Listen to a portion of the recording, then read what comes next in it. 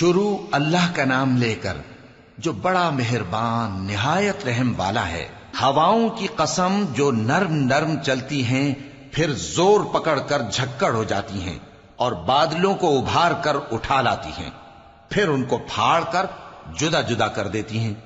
پھر فرشتوں کی قسم جو وحی لاتے ہیں تاکہ عذر دور کر دیا جائے یا ڈر سنا دیا جائے کہ جس فیصلے کا تم سے وعدہ کیا جاتا ہے وہ ہو کر رہے گا، جب تاروں کی چمک جاتی رہے اور جب آسمان میں شگاف پڑ جائیں اور جب پہاڑ ریزہ ریزہ کر کے اڑا دیے جائیں اور جب پیغمبروں کے لیے وقت مقرر کر دیا جائے۔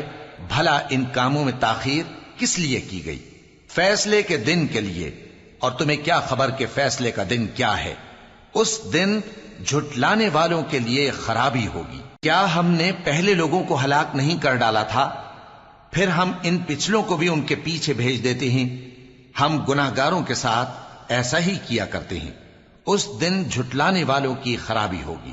کیا ہم نے تم کو حقیر پانی سے نہیں پیدا کیا، پھر اس کو ایک محفوظ جگہ میں رکھا ایک وقت معین تک، پھر ہم نے اندازہ مقرر کیا، سو ہم کیا ہی خوب اندازہ مقرر کرنے والے ہیں۔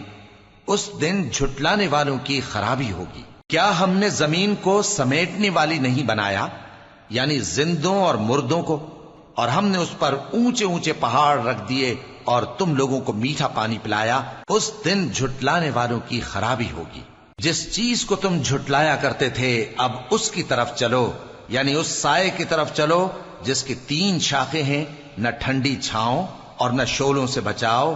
اس سے آگ کی اتنی اتنی بڑی چنگاریاں اڑتی ہیں جیسے محل، گویا زرد رنگ کے اونٹ ہیں۔ اس دن جھٹلانے والوں کی خرابی ہوگی۔ یہ وہ دن ہے کہ لوگ لب تک نہ ہلا سکیں گے اور نہ ان کو اجازت دی جائے گی کہ عذر کر سکیں۔ اس دن جھٹلانے والوں کی خرابی ہوگی۔ یہی فیصلے کا دن ہے جس میں ہم نے تم کو اور پہلے لوگوں کو جمع کیا ہے۔ اگر تم کو کوئی داؤں آتا ہے تو مجھ سے کر چلو۔ اس دن جھٹلانے والوں کی خرابی ہوگی۔ بے شک پرہیزگار سایوں اور چشموں میں ہوں گے اور میووں میں جو ان کو مرغوب ہوں۔ جو عمل تم کرتے رہے تھے ان کے بدلے میں مزے سے کھاؤ اور پیو۔ ہم نیکوکاروں کو ایسا ہی بدلہ دیا کرتے ہیں۔ اس دن جھٹلانے والوں کی خرابی ہوگی۔ اے جھٹلانے والو، دنیا میں تم کسی قدر کھا لو اور فائدے اٹھا لو، تم بے شک گناہگار ہو۔ اس دن جھٹلانے والوں کی خرابی ہوگی۔ اور جب ان سے کہا جاتا ہے کہ اللہ کے آگے جھکو تو جھکتے نہیں۔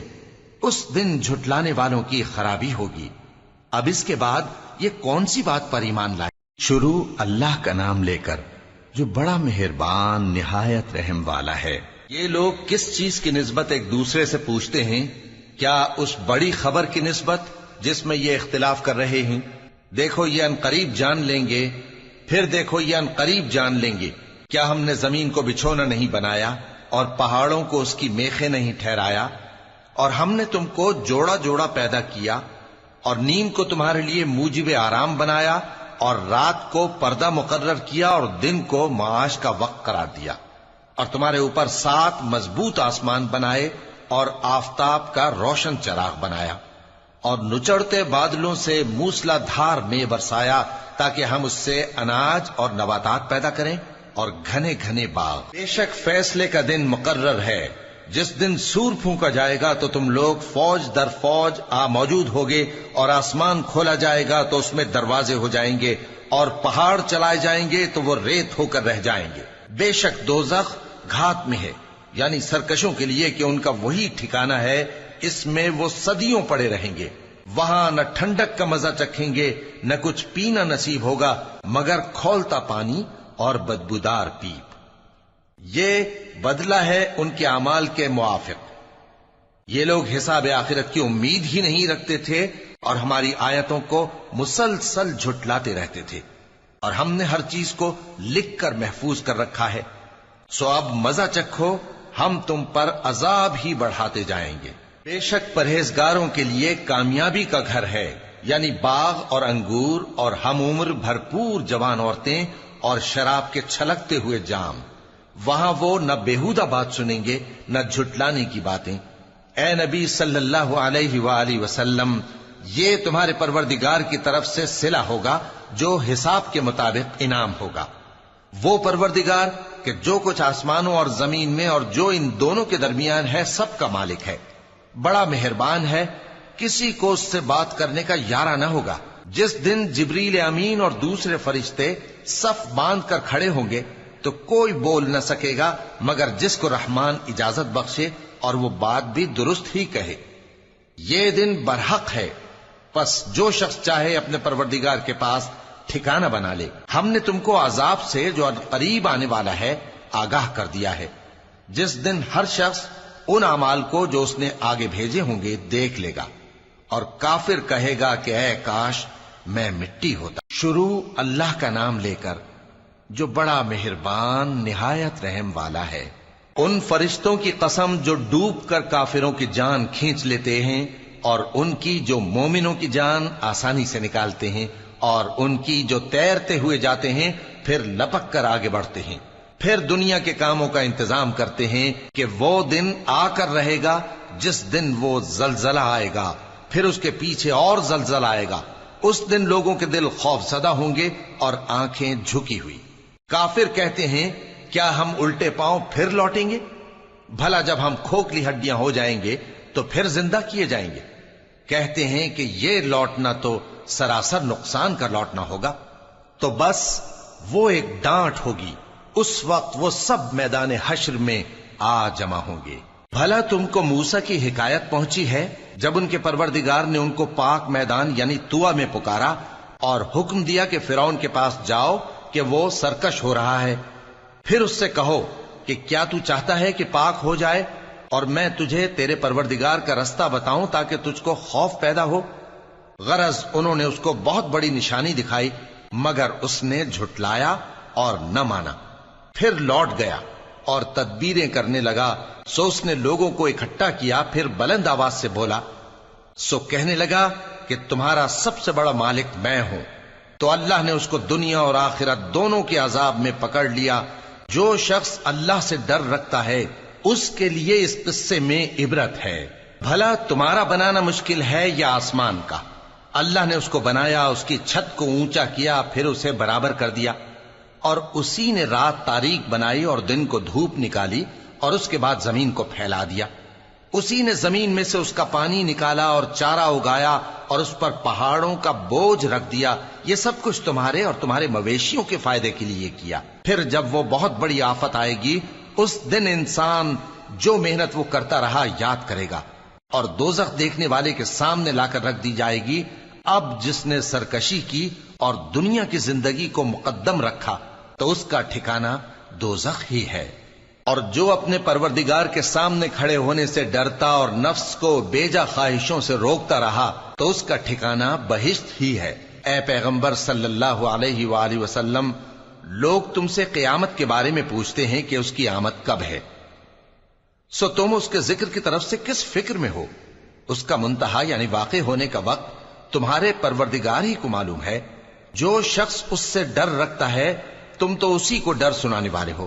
جب وہ اس کو دیکھیں گے تو ایسا خیال کریں گے کہ گویا دنیا میں صرف ایک شام یا ایک صبح رہے۔ شروع اللہ کا نام لے کر جو بڑا مہربان نہایت رحم والا ہے۔ پیغمبر صلی اللہ علیہ وآلہ وسلم نے تیوری چڑھائی اور منہ پھیر لیا کہ ان کے پاس ایک نابینا آیا، اور تم کو کیا خبر، شاید وہ پاکیزگی حاصل کرتا یا وہ سمجھ جاتا تو تمہارا سمجھانا اسے فائدہ دیتا۔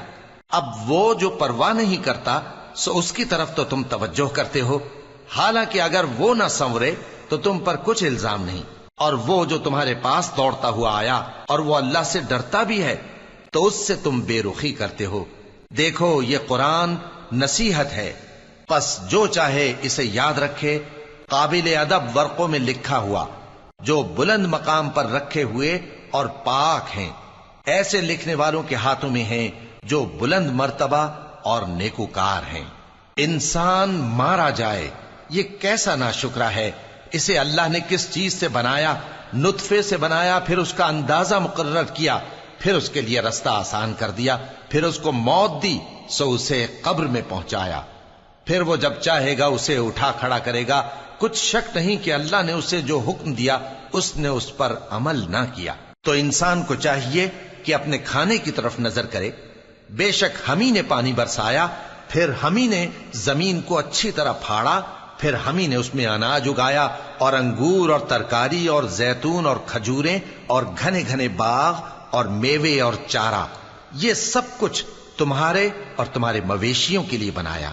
تو جب کانوں کو پھاڑنے والی آواز آئے گی، اس دن آدمی اپنے بھائی سے دور بھاگے گا، اور اپنی ماں اور اپنے باپ سے اور اپنی بیوی اور اپنے بیٹوں سے بھی۔ ہر شخص اس روز ایک فکر میں ہوگا جو اسے سب سے بے نیاز کر دے گی۔ اور کتنے چہرے اس روز چمک رہے ہوں گے، خنداں شاداں، یہ نیکوکار ہیں۔ اور اس روز کتنے چہرے ایسے ہوں گے جن پر گرد پڑ رہی ہوگی اور ان پر سیاہی چڑھ رہی ہوگی، یہی لوگ ہوں گے انکار کرنے والے بد کردار۔ شروع اللہ کا نام لے کر جو بڑا مہربان نہایت رحم والا ہے۔ جب سورج لپیٹ لیا جائے گا اور جب تارے بے نور ہو جائیں گے اور جب پہاڑ چلائے جائیں گے اور جب بیاہنے والی اونٹنیاں یوں ہی چھوڑ دی جائیں گی اور جب وحشی جانور جمع کیے جائیں گے اور جب سمندر آگ ہو جائیں گے اور جب روحیں جسموں سے ملا دی جائیں گی اور جب اس بچی سے جو زندہ دفنا دی گئی ہو پوچھا جائے گا کہ وہ کس گناہ کے سبب قتل کر دی گئی، اور جب اعمال کے دفتر کھولے جائیں گے اور جب آسمان کی کھال کھینچ لی جائے گی اور جب دوزخ کی آگ بھڑکائی جائے گی اور جب بہشت قریب لائی جائے گی، تب ہر شخص معلوم کر لے گا کہ وہ کیا لے کر آیا ہے۔ پس میں ان ستاروں کی قسم کھاتا ہوں جو پیچھے ہٹ جاتے ہیں اور جو سیر کرتے اور غائب ہو جاتے ہیں، اور رات کی قسم جب وہ پھیلنے لگتی ہے، اور صبح کی قسم جب وہ نمودار ہوتی ہے، کہ بے شک یہ قرآن اس فرشتہ عالی مقام کا سنایا ہوا پیغام ہے جو صاحب قوت ہے، مالک عرش کے ہاں اونچے درجے والا ہے، سردار ہے، ساتھ ہی امانت دار ہے۔ اور مکے والو، تمہارے رفیق یعنی ہمارے پیغمبر صلی اللہ علیہ وآلہ وسلم دیوانے نہیں ہیں، اور بے شک انہوں نے اس فرشتے کو آسمان کے کھلے کنارے پر دیکھا ہے، اور وہ غیب کی باتوں کے ظاہر کرنے میں بخیل نہیں، اور یہ کسی شیطان مردود کا کلام نہیں ہے۔ پھر تم لوگ کدھر جا رہے ہو؟ یہ قرآن تو تمام جہانوں کے لیے نصیحت ہے، یعنی اس کے لیے جو تم میں سے سیدھی راہ چلنا چاہے، اور تم لوگ کچھ بھی نہیں چاہ سکتے مگر وہی جو اللہ رب العالمین چاہے۔